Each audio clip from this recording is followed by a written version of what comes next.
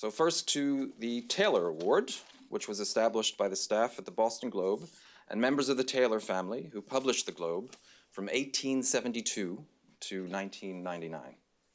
The Taylor Award dates back to 1999 when Boston Globe columnist David Nieman wrote to Bill Taylor, who was chairman emeritus at the time, and it was he who first championed the idea for an award for fairness. The fundamental challenge of contemporary journalism is to repair the disconnect between journalists and their audiences, Nieman wrote. At its root is the lack of trust many within the profession perceive in those we strive to inform. Journalists are not doing enough to restore that severed trust. We have to earn back our credibility. I repeat, this was written in 1999. The Taylor Award honors journalists who are restoring trust by exemplifying a spirit of fairness in their work.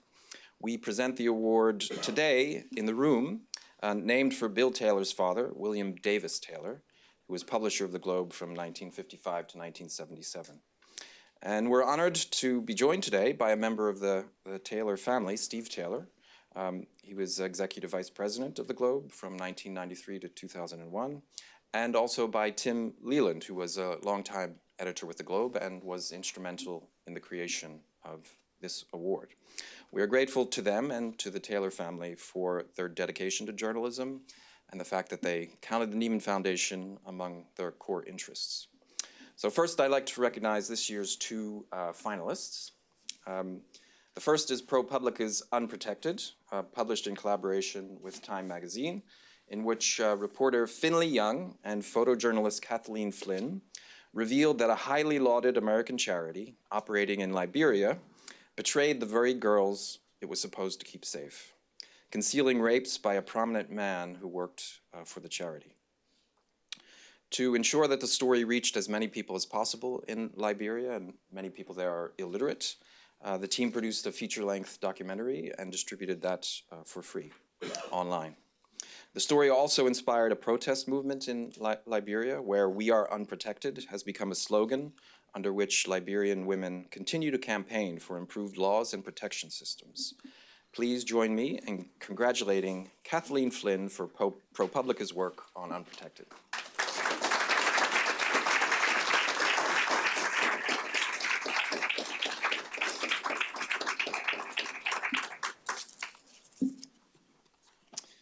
The second finalist is the Tampa Bay Times Heartbroken, in which reporters Kathleen McGrory and Neil Betty discovered serious problems related to heart surgery at Johns Hopkins All Children's Hospital, including alarmingly high rates of infection and patient death. After the stories ran, 6 senior hospital officials resigned, including the CEO, and Johns Hopkins vowed to make safety changes across its system. Regulators also found serious systemic problems that went beyond the Heart Institute itself, and state lawmakers are considering a bill to revamp the Pediatric Heart Surgery Oversight Board. Please join me in congratulating Kathleen McGrory for the Tampa Bay Times work on Heartbroken.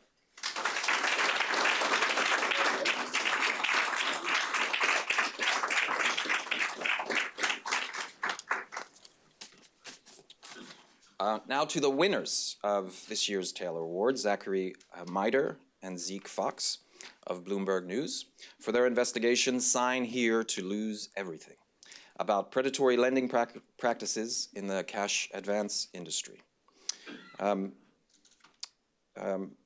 Mider and Fox found that cash advance companies had used the confessions that I described a minute ago to obtain more than 25,000 judgments against borrowers across the country, worth an estimated $1.5 billion. Their work triggered an investigation by the New York Attorney General's office. New York state lawmakers proposed bans on confessions, and bipartisan bills to ban confessions were started in both the House and the Senate. In addition to Zachary and Zeke, Robert Friedman, a senior editor at Bloomberg News who also work on the project, is with us today. Commenting on the series, a Taylor Award judge, Jason Grotto, a 2015 Nieman, and someone who won the Taylor Award last year, said, "The reporting gets to the heart of fairness, not only in shining a light on the growth of an inexcusable practice,